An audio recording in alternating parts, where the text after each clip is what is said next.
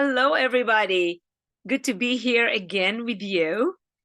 Do you know this feeling when you wake up in the morning and you think things are going to go okay, and then nothing goes okay? Nothing at all. A while back, I was having a talk one morning to a group of people, small group, and I was actually talking about death. Long story why and how, but I was speaking about death. And I was somehow thinking about my parents. And I started to cry. I started legit to cry in front of these people who were a bit surprised because they've known me before, they've heard me before. I never cried before. So that was the first for them and for me to do it in front of people in such a way. I mean, I cried with my full gusto. And then I thought, okay, that's not a good way of starting the day. And then I came home and I try to engage people to take the Israel trip that I am planning to take to Israel still. Let's see what happens. And I had a few prospects out there. And 7 of them that day said that they cannot come. And each one with great reason. And, I respect them anyway. But it was a no, and then another no, and then another no. And with every no, I felt I was going under and under and under and under. And I was like, what is going on? And I cried after every refusal. If that was enough, if that was not enough, here is what happened also. I found out that some of my doctors that I've been seeing are out of network, which means I've been paying a lot more. I did not know that. I was sure they are in network. So I discovered that I paid more than I planned over the last whatever years. So again, I start feeling these really negative emotions. And of course, I cry again, because clearly that day was Dorice is crying kind of day. And if that's not enough, after the crying in the morning in front of people, after 7 refusals, after realizing that I paid a heck of a lot more money than I planned to on medical needs, I'm sitting and I'm typing and I'm working on my computer. And this huge bug, I'm telling you, a huge bug lands right here on my wrist, right here. And I jump to the ceiling. I'm smiling now, but I was not smiling then. If you're seeing me on the video and not on the podcast, know that, I'm smiling because this is like my resting face. I'm smiling. But I was just done. And I closed my computer after jumping up into the sky.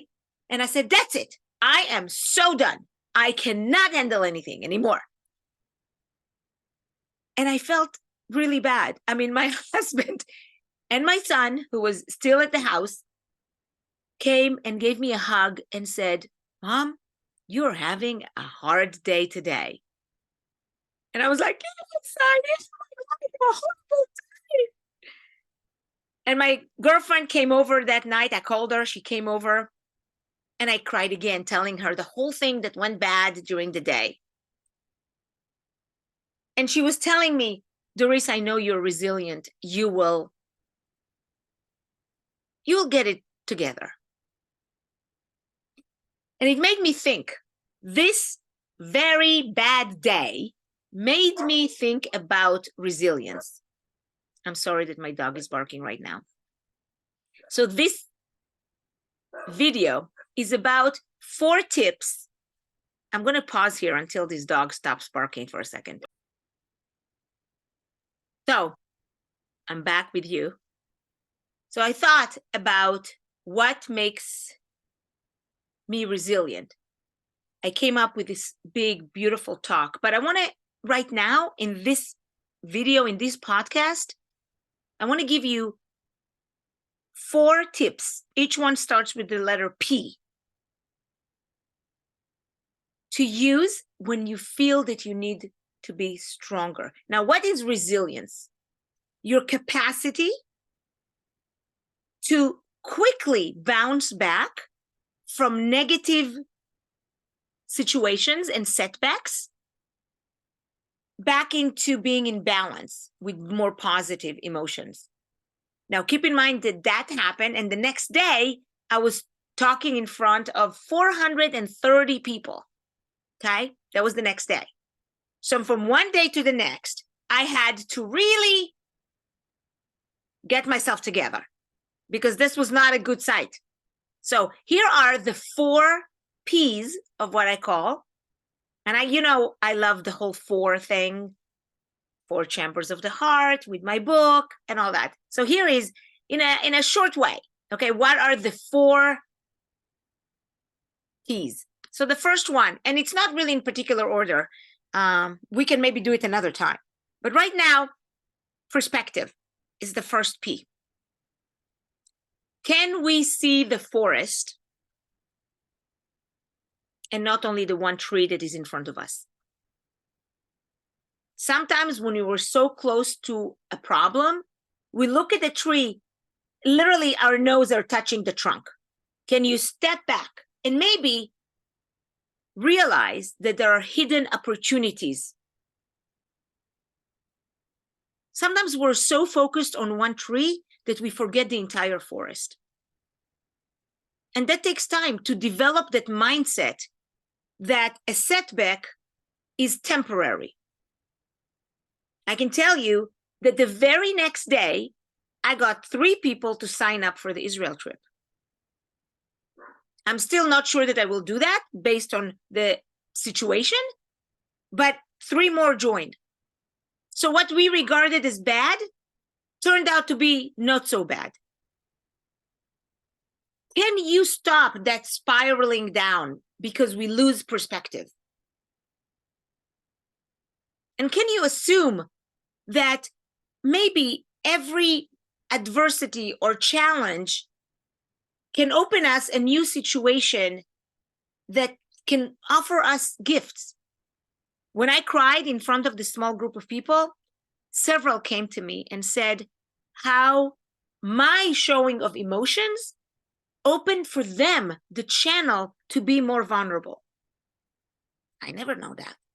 I didn't expect that. So that's the first P, perspective. The second P is power. How quickly can I recover? How quickly can we let go of what was and turn back to what we want to see? See, the next day I had speaking in front of 430 people. I needed to quickly shift and pivot. And what is the tip here? Mental fitness, friends. Mental fitness. Learn your negative mental pattern and how you keep them at bay. How do you not let the saboteurs hijack your entire being and ruin not only your day, not only your hour, your week, your month, your whole piece of calmness, equanimity? You see, I can tell you this, and that may be 20% insight, right? You're listening to this and you're thinking, oh my God, Dorice, you're so right. But what do you do about it? I know I'm right. What do you do about it? That's the practice. That's the 80%. You need to practice. Practice makes better. So that's the second P. The third P. Oh my God, the third P is so important. People. People. Who is your community? In my case, on that day, I had, of course, my husband and my son here, but then my friend came over. The next day, I called 3 other friends after my talk. I still needed to work it out. I talked to 3 other friends. They brought in their perspective, and they were delighted to help me. Really, they wanted to help me. So who is it that you have in your life that can help you, that can listen and provide a sounding board? Who do you trust? And that leads me to the 4th P, and that's positivity. Practice that positivity. The idea of self-care and trust. Yeah. How do you prioritize and maintain your well-being? What do you do for your well-being? People who are not resilient don't take care of themselves. So how do you care for you? What do you do? Some of it is mindfulness, yes. Some of it is exercise. Some of it is setting boundaries. Some of it is eating right. All that is needed so you stay resilient.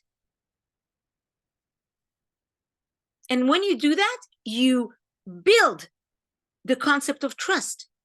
Trusting in you, in your ability, and trust in that which you do not know yet. We all live in a place it's unknown. I don't know anybody who knows the future. Well, maybe some people think they know the future, but you're not for sure, right? So ask yourself, what is there for me to learn about myself? How can I show up? How can I show up in a way that is true to me? And I think that helps with the resilience.